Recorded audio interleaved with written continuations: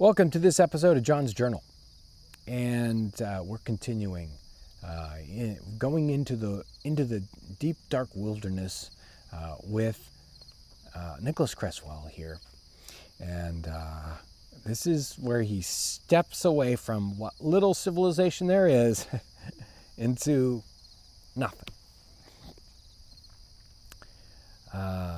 Youghiogheny River. April 20th, 1775. I left part of my clothes with Mr. Crawford till my return. Parted with Captain Douglas, by whom I returned the horse.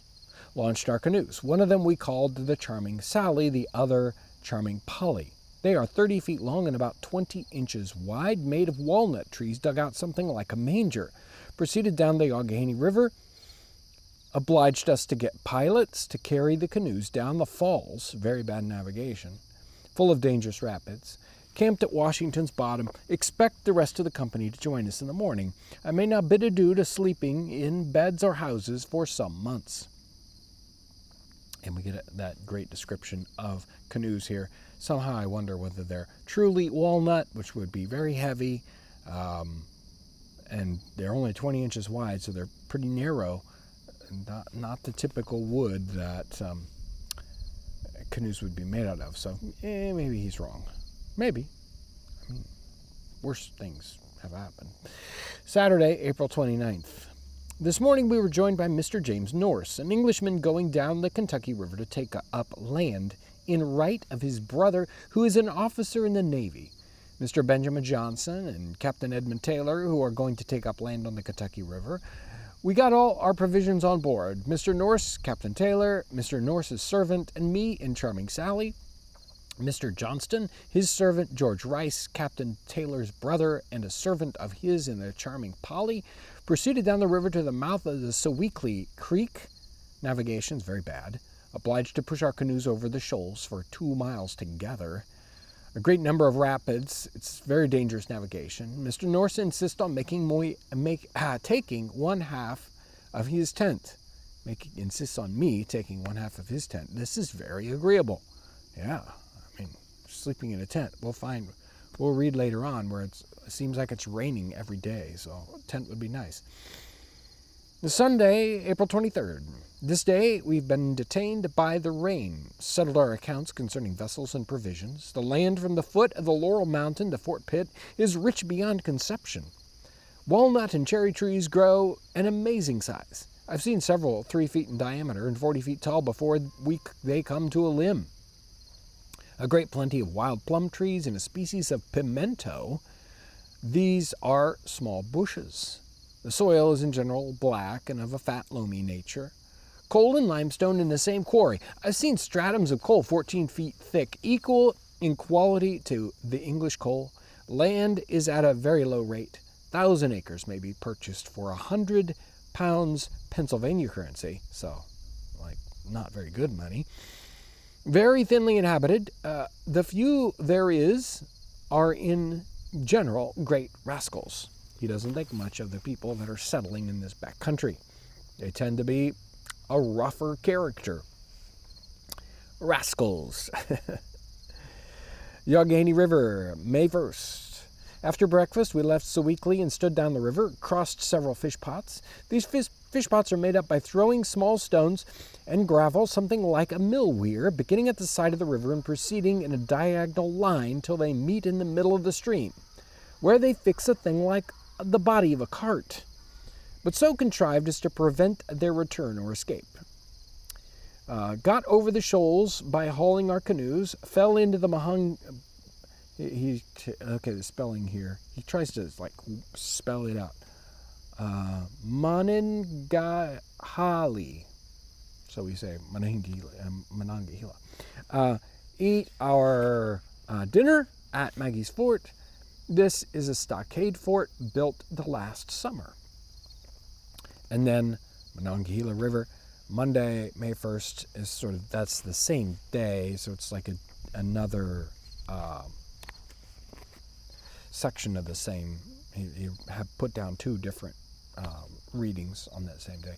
This river is about 100 yards broad, and it confluxes with the Youghiogheny and has continued its breadth. Upon the banks of this river Where they're high and broken, I observe stratums of leaves that are a foot thick, 20 feet below the surface of the earth. They appear to be sound and not concreted together, much like those that are driven together by the winds in autumn. Fell down a little below Braddock's field, where we camped in a heavy shower of rain. One of our company shot a wild turkey, which made us an excellent supper. Well, they're going to have food issues as they go. He does comment on, he is looking at ground to possibly settle on here, and he's making note of the things about the ground and what the soil's like, and this whole deal with the leaves. It probably was where leaves had been engulfed in like flood mud or something. That was my guess. I don't know. But I thought, as a compare and contrast, that we would look at a journal from 30 years later. And this is Gass's journal of the Lewis and Clark expedition. And they were instructed to keep journals. Maybe because, the journals that we do have are so helpful. And they said, boy, we need to have this more often. So here's Gass's journal at the very beginning. This is sort of the same kind of time frame within the trip of Gass here. Of course, he's going to be on a trip for 2 years, not like Nicholas Cresswell, who doesn't spend that long time. But I'm just going to read this very beginning section, and about the same time of year, May 14th, just 2 weeks later, in a year. This is, though, 1804. On Monday, the 14th of May, 1804, we left our establishment at the mouth of the River du Bois, or Wood River, a small river which falls into the Mississippi on the east side, a mile below the Missouri, and having crossed the Mississippi, proceeded up the Missouri on our intended voyage of discovery under the command of Captain Clark. I'll skip ahead to the next day. Tuesday, the 15th, we continued our voyage. It rained in the morning, but in the afternoon we had clear weather and camped that night on the north side of the river. May 16th, we had a pleasant morning, embarked early, and at 2 o'clock in the afternoon arrived at St. Charles, fired a gun. A number of inhabitants came to see us. This is an old French village in the country around which a number of Americans have settled. May 21st. So apparently they stayed there for a while, sort of hanging out for a week. Monday the 21st, where Captain Lewis arrived from St. Louis and joined us. At 4 o'clock in the afternoon, we left this place under a salute of 3 cheers from the inhabitants, which we returned with 3 more and discharged 3 of the guns. This evening was showery, and again encamped on the north side of the river. The 22nd, we continued our voyage past Bonham Creek on the south side, and having made 15 miles, encamped at the cliffs on the north side of the river. Here we are visited by some Indians. Wednesday the 23rd.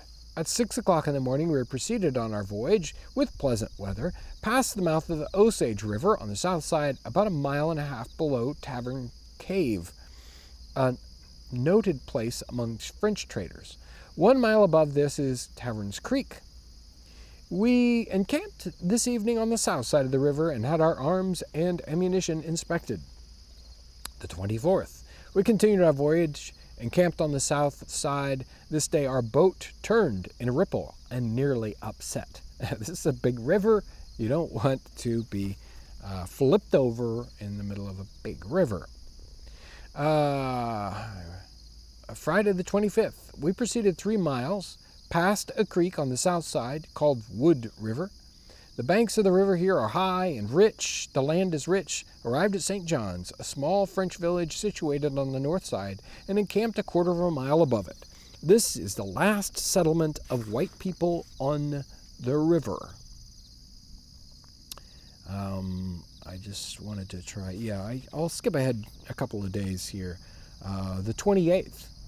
Our provisions and stores were put out to air and dry, and several of our men sent out to hunt. One of them killed a deer. The mouth of the Gasconade River is 157 yards wide. Next day they send out more people to hunt. This is the very beginning of their journal, or their journey, and they're already concerned about having fresh meat, fresh provisions. They don't want to use up all their provisions right away. So their provisions are going to need to last them for a year, 2 years. I mean, obviously what they've got, they're going to have to sort of resupply on the way, and so they're going to try to have extra things right away. We want to have people going out and hunting immediately. And same thing happens with Nicholas Cresswell, right? After the first day or so, hey, we've got a wild turkey to eat. Much better than whatever we happen to have brought as a provision, which probably wasn't all that great. It's I brought survival food along with me, but what I really want is nice, fresh things along the way. A turkey, a deer, and those are one of the main things we'll see over and over again. Turkey, deer, as people are traveling in this kind of situation. Good compare and contrast gives us a really, really good idea. I mean, really just between these two about what it was like to go digging into the backcountry, unsettled places. You're most likely going to be traveling by water. You're going to have some provisions.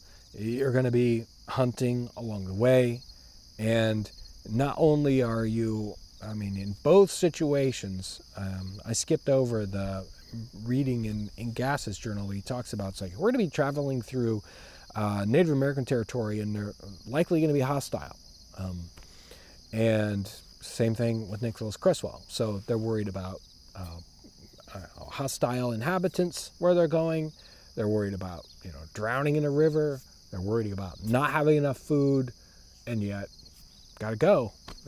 We gotta adventure, just like we all do in life. A little adventure is good. It helps you kick back and really understand how nice it is to be at home by your wood stove in the wintertime, feet kicked up, and sipping some nice warm tea instead of in a rainstorm in the middle of a river. There's nothing quite like canoeing along and the rain comes down on you. It's just no fun at all. Thank you for coming along on this journey through the journals with me. It's always a blast, and it a lot of times it does in these kind of circumstances. We can say, oh, that would be such a neat trip to go on. Well, it's a neat trip to read about. It would probably be a neat trip to go on, but there would be times when it would be utterly miserable. Luckily, we don't have to be miserable right now.